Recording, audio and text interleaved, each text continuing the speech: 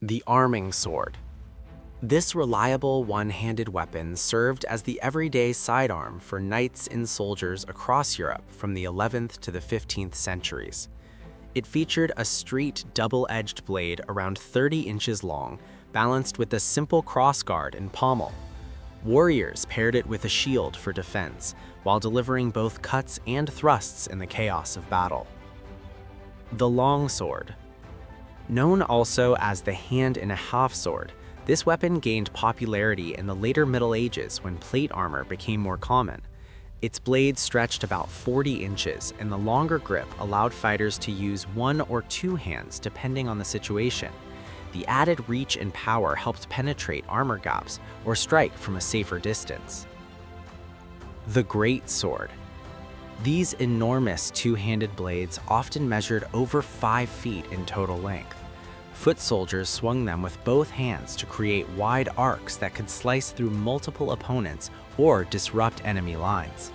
Their sheer size demanded strength in space, so they appeared most often in open field battles or as formation breakers. The falchion. Shorter and broader than standard swords, the falchion featured a single-edged blade that widened toward the tip, resembling a large butcher knife. English and French fighters favored it for heavy chopping strikes against lightly armored troops or wooden shields. Its weight concentrated near the point delivered crushing blows. The estoc. Designed purely for thrusting, this stiff, narrow sword had little to no cutting edge and a sharp, reinforced point.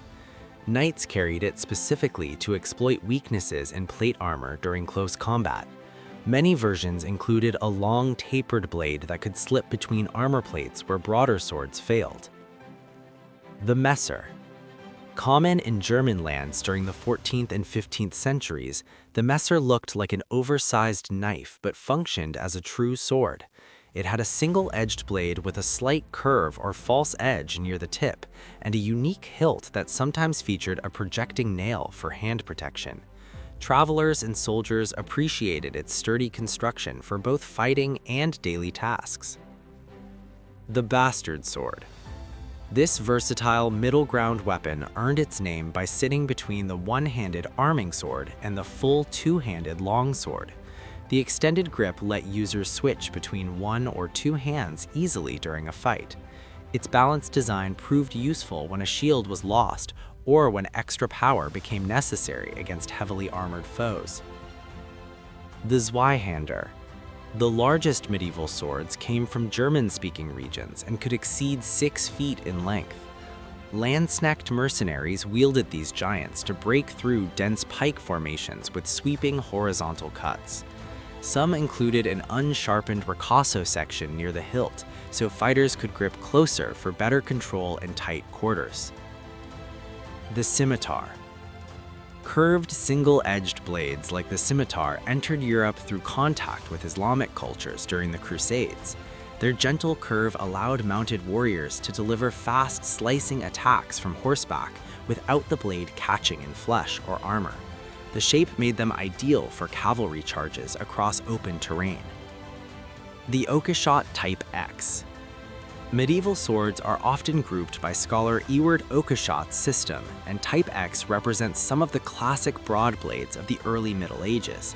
These featured a wide, flat profile with a fuller running down much of the length to reduce weight. Viking and Norman warriors carried similar versions during raids and conquests across Europe. The Cinquedea. This Italian short sword developed during the late medieval and early Renaissance period. Its blade widened dramatically from hilt to tip, creating a strong triangular shape perfect for powerful close-range cuts. Wealthy merchants and condottieri often carried ornate versions as both weapons and symbols of status. The side sword. Also called the early rapier in some contexts, this lighter, longer thrusting sword emerged toward the end of the medieval era as civilian dueling became more common. It kept a double-edged blade but emphasized precision point work over heavy cutting. Many soldiers transitioned to it when battlefield armor became lighter and more mobile.